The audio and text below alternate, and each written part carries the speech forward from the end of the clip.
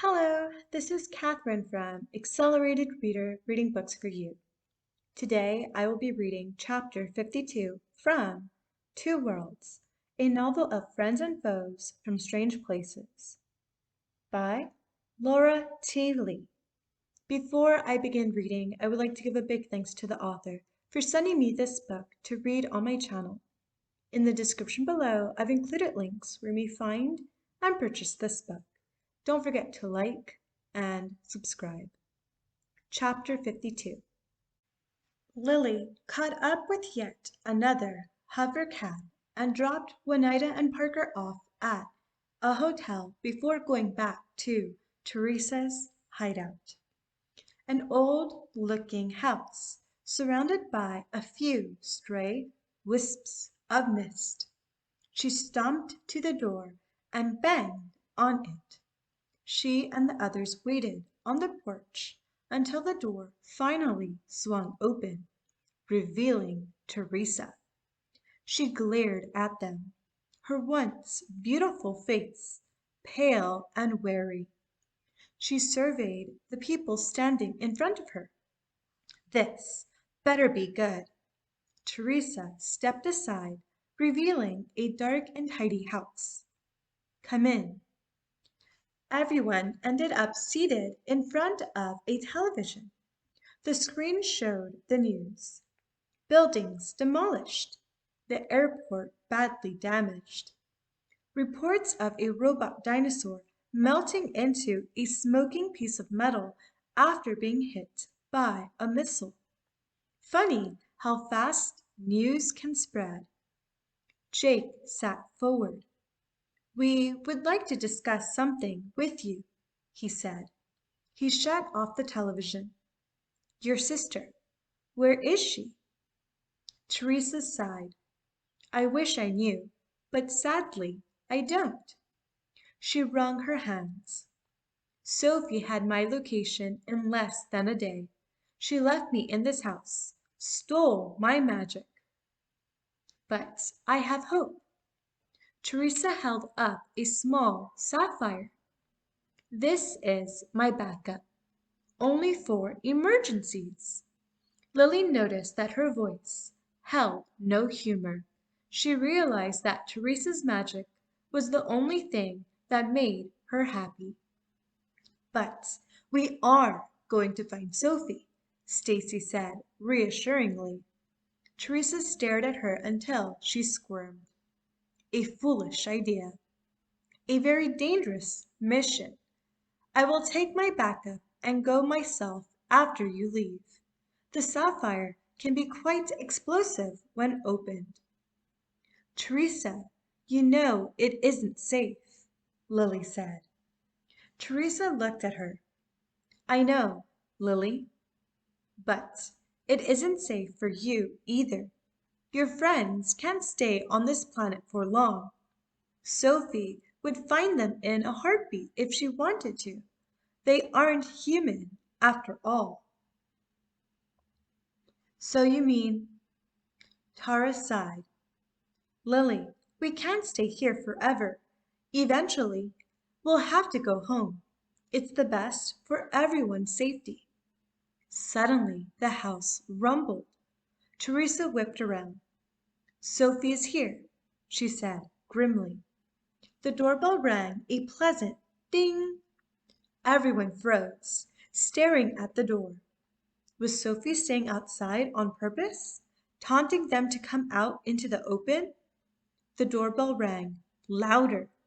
When the knocking began, Teresa slowly approached the window and peeked out.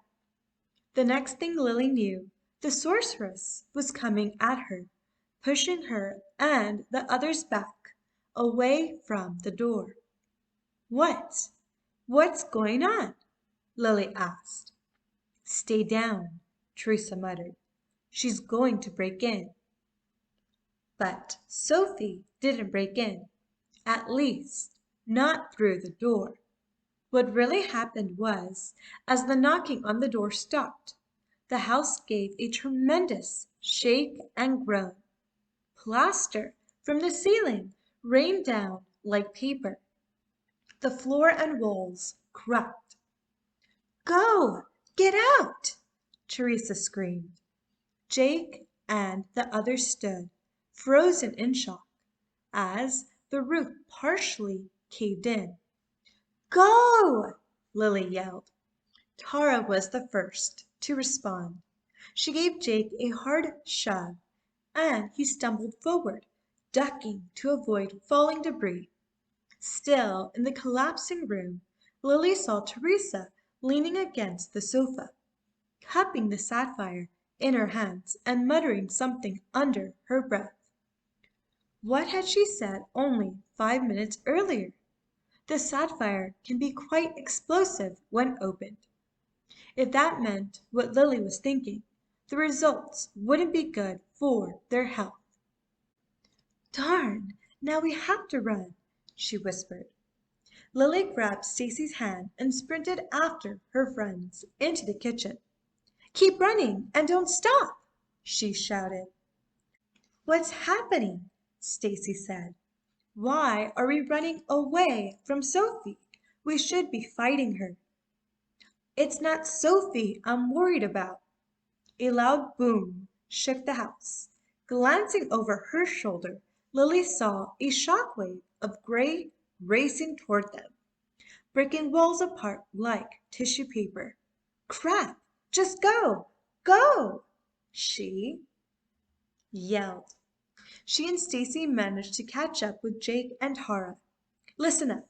In a while we're going to reach a certain destination. When I say jump, jump!" Lily said to everyone. "Can't we duck?" Jake asked.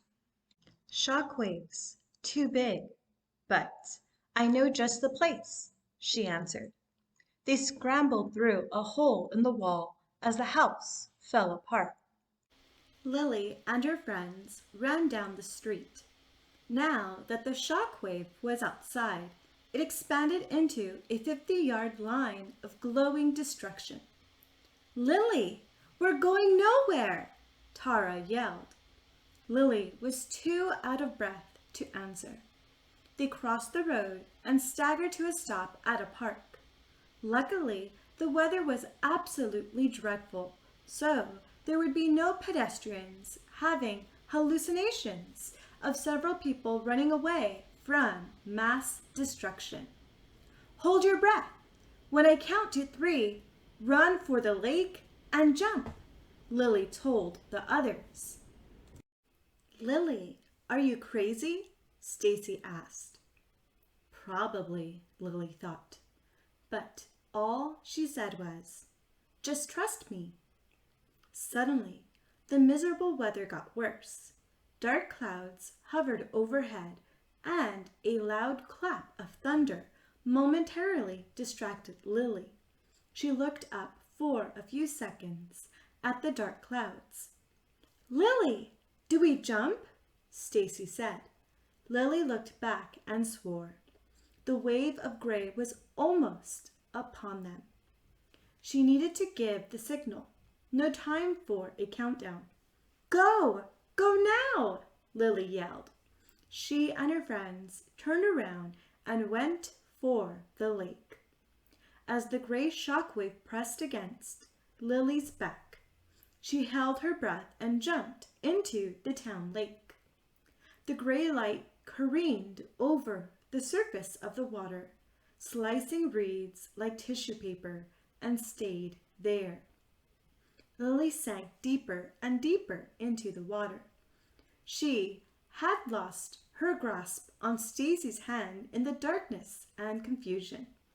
Lily watched the glowing gray haze of Teresa's magic ripple back and forth until it finally disappeared.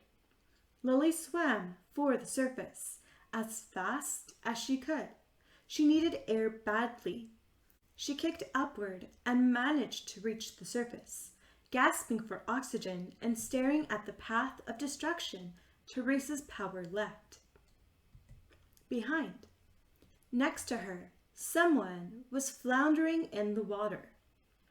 Jake, trying to say something. "Lily!" Glub. What glub were you glub thinking?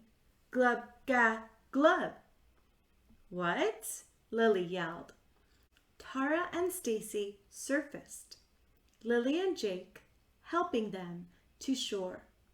Stacy coughed and shuddered. "I hate water."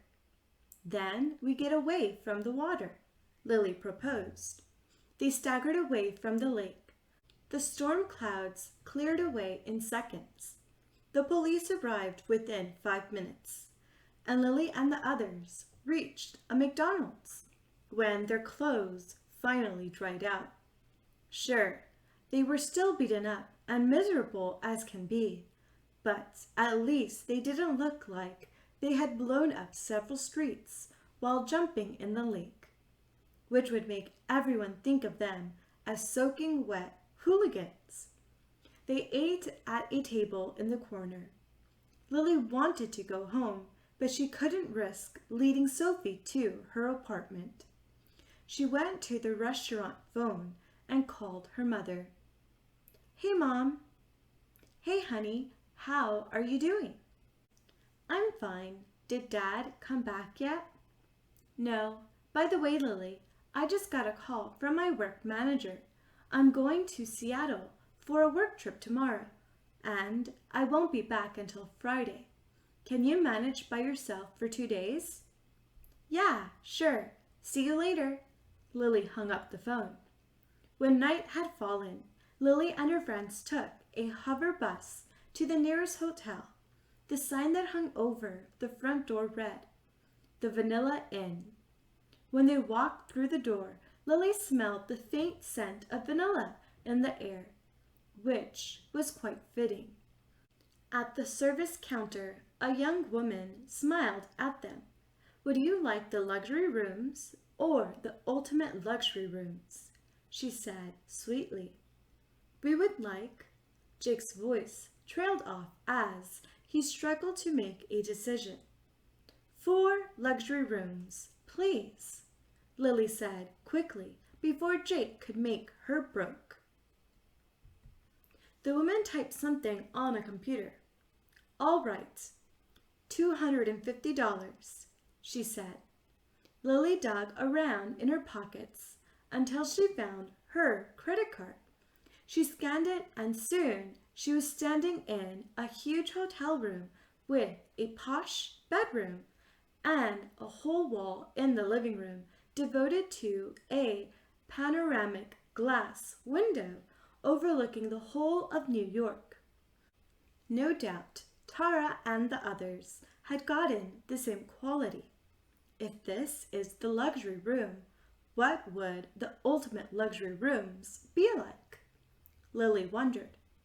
She gathered everyone into her living room for a pep talk. "So," she prompted, "if we want to find Sophie before she blows up this planet, what should we do?" For a few seconds, they fidgeted and looked at each other like, "Dude, I don't have anything. Ideas?" Flip a coin. Heads, find Teresa, and tails, find Sophie," Lily suggested. No one responded. "Wonderful," she said. "Now all we need is a coin." "Oh, I have one."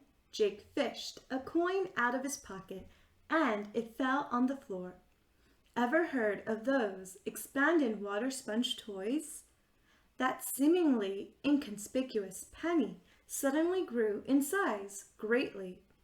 And when it was done, it wasn't just a giant heap of copper. Somehow the penny had converted its shape and size into a giant cannon. Tara stared at it.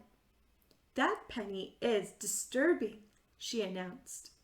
Jake peered into the barrel. "That isn't just any cannon," he said. "It catapults artificially intelligent people." Lily stared at the fuse. "So that thing is an AI cannon? Well, we could have used that sooner." "Hey," Jake protested. "I didn't even know that thing was in my pocket. We have a bunch of these back in the elfin world. I must have grabbed one and put it in my jacket." "And then you just forgot about it?" Stacy asked. "No, I didn't." "Yeah, I forgot." While they talked, Tara had been walking around the cannon. She kicked the stand. Lily saw her. "Wait, Tara, don't!" she started to say. And just as quickly as it appeared, the cannon shrunk back into a tiny penny. Jake scooped it off the floor and put it into his pocket. "Huh?" Lily glanced at the clock. "Wow, it's late. Okay, guys, meeting's over. We'll talk tomorrow." Thank you for listening. Stay tuned for Chapter 53. Don't forget to like and subscribe. In the description below, I've included links where you may find and purchase this book.